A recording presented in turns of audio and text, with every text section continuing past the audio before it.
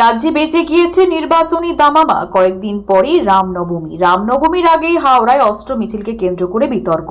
বুধবার রামনবমীর আগে ঠিক ভোটের মুখেই অস্ত্র মিছিল হয়েছে সাঁকরাইলে। যুবকদের হাতে দেখা গিয়েছে বড় বড় আকারের তলোয়ার সহ আরো একাধিক ধারালো অস্ত্র। সাঁকরাইলের রাজগঞ্জ এলাকায় এই রামনবমীর মিছিলটির আয়োজন করা হয়েছিল। রাজগঞ্জ গঙ্গার ধার থেকে মানিকপুর রাম মন্দির পর্যন্ত চলে এই বিশাল শোভাযাত্রায় সামিল হয়েছিলেন কয়েক হাজার মানুষ। অধিকাংশের হাতেই ছিল ভয়ানক সমস্ত অস্ত্র। প্রসঙ্গত, ভোটের আবহে প্রচারের ঠাসা কর্মসূচি সত্ত্বেও ওই মিছিলে সামিল হয়েছিলেন সাঁকরাইল বিধানসভা কেন্দ্রের বিজেপি প্রার্থী বর্ণালী ঢালি। উল্লেখ্য, কলকাতা হাইকোর্টের তরফে শর্ত সাপেক্ষে হাওড়ায় রামনবমীর মিছিল করার অনুমতি দেওয়া হয়েছে।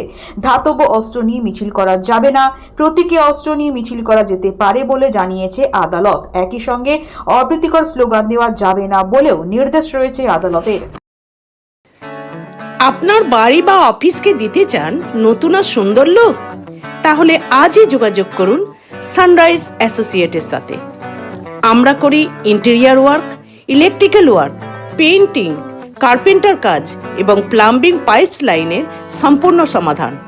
ভালো মানের কাজ, নিখুঁত ফিনিশিং এবং সময় মতো ডেলিভারি, এটাই আমাদের অঙ্গীকার। আজই চলে আসুন 56/1 Andul road, Danesh lane, ground floor, Howrah 9। Sunrise associate, আপনার স্বপ্নের বাড়ি আমাদের দায়িত্ব।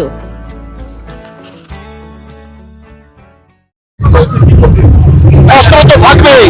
আমাদের প্রত্যেক দেবী দেবতার হাতে অস্ত্র আছে। সনাতনীদের হাতে অস্ত্র ছিল বলেই ব্রিটিশরা পালাতে বাধ্য হয়েছিল। সনাতনীদের হাতে অস্ত্র ছিল বলেই মোগল পাঠানরা পিছু হেঁটেছে।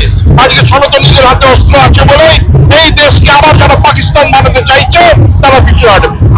রামের স্মরণে সকলকে আসতে হবে, তৃণমূল কেন, সব মূলকেই এখানে আসতে হবে। এটাই হচ্ছে মূল।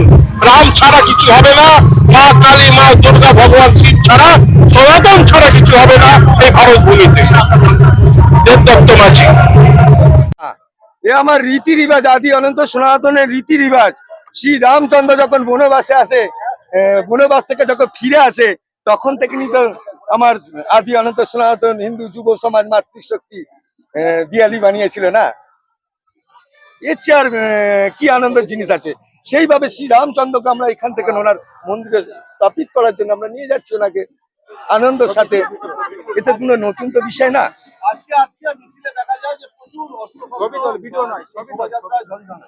দাদা, অস্ত্র তো আমার দেব দেবীরও হাতে আছে, আর আমাদের হাতে থাকলে কি খারাপ কাজ কি আছে? ভালো তো, আমাদের হাতে থাকা দরকার তো। সুরক্ষার প্রতীক আমার দেব দেবী হাতে অস্ত্র নিয়েছিল কেন? অসুরের বিরুদ্ধে লড়াই করার জন্য উনি নিয়েছিল। এই পশ্চিমবাংলা তো অসুরের অভাব নেই। জয় শ্রীরাম। এই পশ্চিমবাংলায় তো অসুরের অভাব নেই।